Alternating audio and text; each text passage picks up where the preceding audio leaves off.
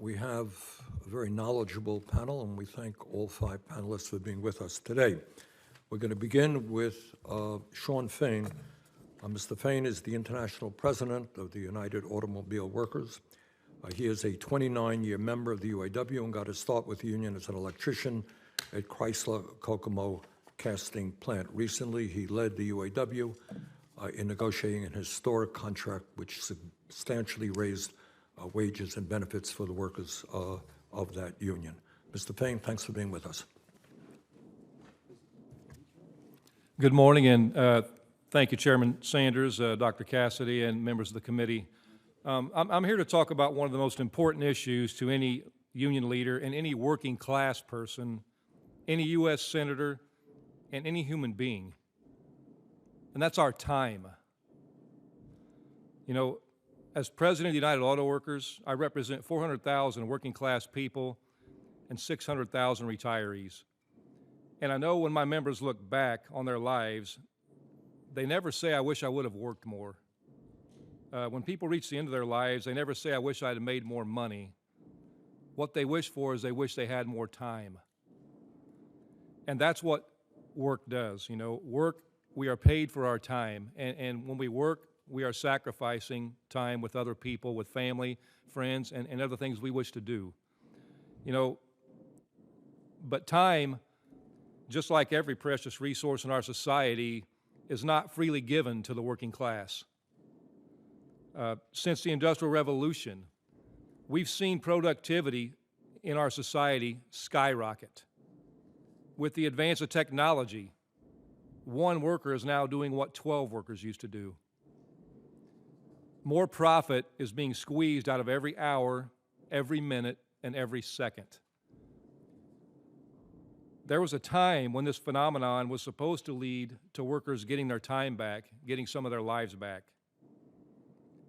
Nearly 100 years ago, economist John Maynard Keynes spoke of the future of workers' time. His worry that was with all the gains in productivity, we wouldn't know what to do with ourselves, and he predicted a 15-hour work week 100 years ago.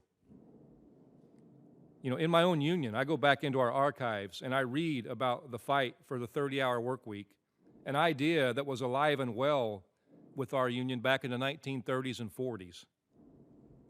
But today, deep in the 21st century, we find these ideas unimaginable. Instead, we find workers working longer hours. We have workers working 7 days a week, 12 hours a day. There are workers, not union or not, working multiple jobs. And they're living to work, and they're scraping to get by, and they're living paycheck to paycheck.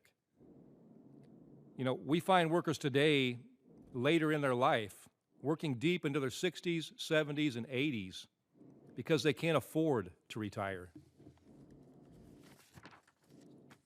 And we find associated deaths of despair from addiction and suicide, of people who don't feel a life of endless, hopeless work is a life worth living.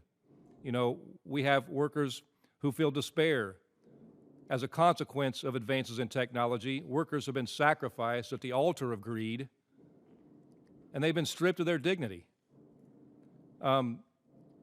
We have a mental health crisis we talk about a lot in this country, but we never talk about the causes of that. You know, there's been studies done. You know, increases in stress from working 7 days a week, 12 hours a day, you're sacrificing family life, things you want to pursue. It causes an increase in cortisol levels, which lead to heart disease, cancer, strokes. You know, but given all those facts, if someone is lucky enough to get to retire, typically when they've worked themselves to death their entire life, they face knee replacements, hip replacements, shoulder surgeries, and the rest of their lives figuring out how they're going to survive. So, you know, it's sad to say that in 1933, the U.S. Senate passed legislation to establish a 30-hour work week, but due to intense corporate opposition, that legislation failed. But in 1940, President Franklin Delano Roosevelt signed the Fair Labor Standards Act, establishing a 40-hour work week. 84 years ago, the 40-hour week was established.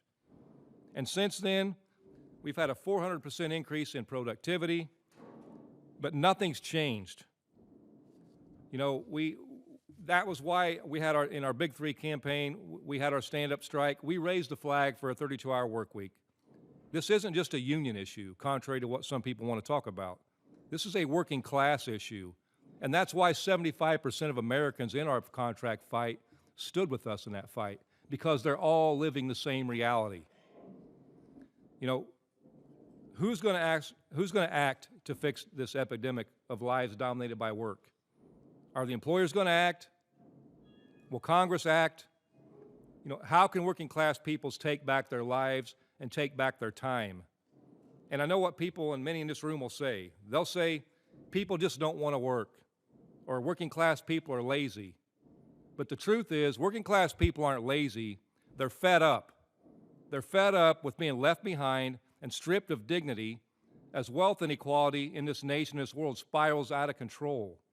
They're fed up that in America, 3 families have as much wealth as the bottom 50% of citizens in this nation. That is criminal. America is better than this. So I want to close with this. I agree there is an epidemic in this country of people who don't want to work. People who can't be bothered to get up every day and contribute to our society, but instead want to freeload off the labor of others. But those aren't blue-collar people. Those aren't working-class people. It's a group of people who are never talked about for how little they actually work and produce and how little they contribute to humanity. The people I'm talking about are the Wall Street freeloaders, the masters of passive income.